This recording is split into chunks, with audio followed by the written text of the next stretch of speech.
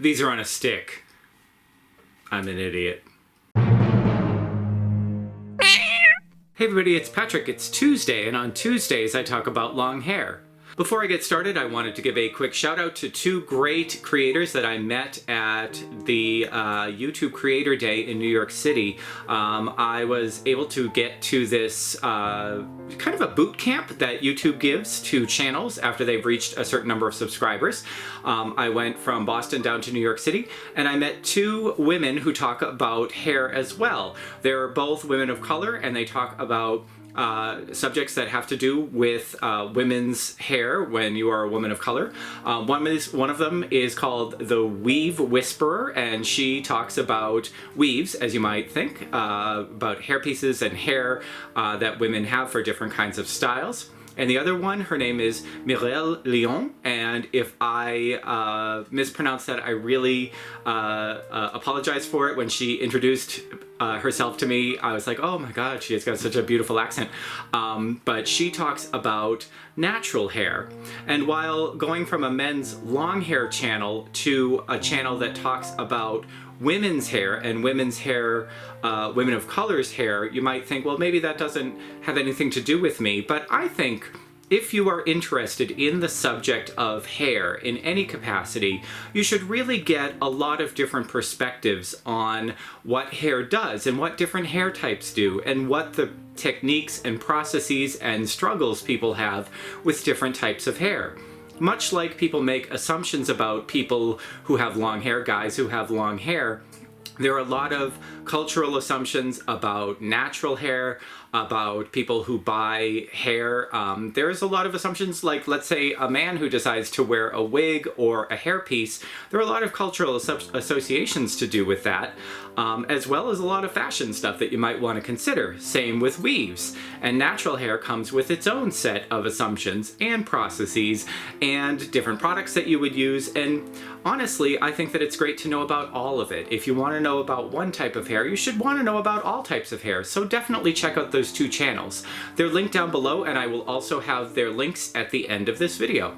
Now, if you've been keeping up with me this year, you know that I am thinking about getting my hair cut, and if you've been keeping up with me for the past 3 years, you'll know that that's something that I think about all the time.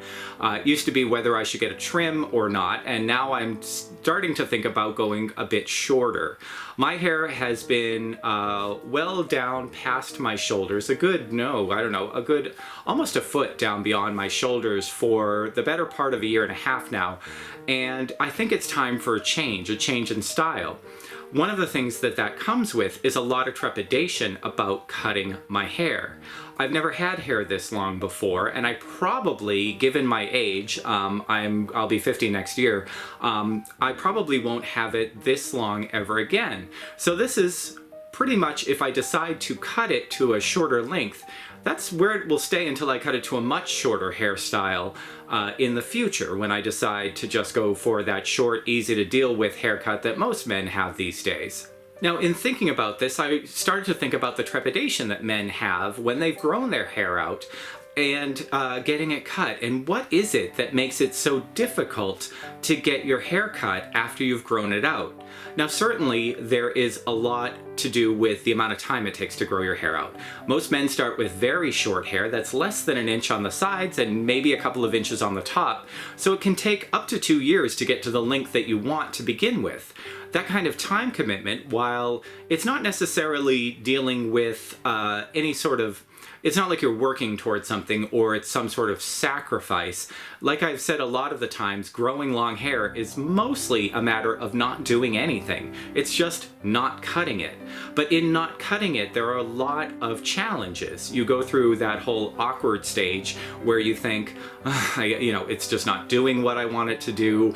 It's not behaving the way that I want it to behave. And once you've gotten past that, you feel like you've made some sort of an accomplishment. Included with that is the fact that I haven't had to think about a hairstyle for almost 3 years now.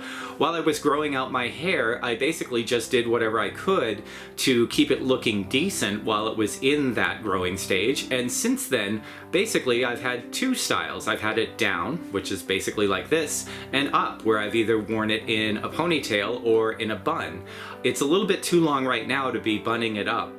For my taste. When I make a bun out of my hair, I have so much hair that I think about, it's just heavy, it's big, it tends to fall out a lot, so I don't tend to do that. Plus, I think it looks a little bit better on younger guys who have sort of that bearded, the man bun, so I tend to just wear it back or down. But if I'm thinking about a shorter, kind of a medium long to shoulder length hairstyle, what type of hairstyle will that be, and how do I communicate that to my hairdresser so that it works out? And then you have to think about, what if it doesn't work out? What happens if I go to the hairdresser and they cut it too short, or they cut it in funky layers that looks bizarre, or if it's, it just turns out strange. I have a million different ideas in my head about just how terrible this could possibly turn out at some point. And I really don't want to have to go back to square one. I mean, there's always the option for men to cut your hair very, very short, to really just cut it right down and to say, well, you know what, I can start out all over again. But starting all over again is probably not something I'm going to do, because if I wanted to get it back to shoulder length, if I got it to where it was before I started growing it, that would take another 1.5 to 2 years, and I probably don't want to be looking at about 54, 55 years old with, the awkward stage in growing it out. So I don't want to get to the point where it's so bad that I really have to just go get it buzzed. So what I'm doing, and what I would advise you to do if you're feeling some trepidation about cutting your hair after you've grown it out, is to really research. That's what I've been doing. I've really been researching men's medium to long hairstyles, and it's basically men's long hairstyles according to what the hairdressing sites and all of the men's fashion and style guides show you. Because for men, medium length hair basically means anything longer than, buzzed on the sides. So long is what I think about long hair, and what they seem to think is long hair is anything below your ears. But I'm taking a lot of hints from a lot of style magazines, things that I see in the media.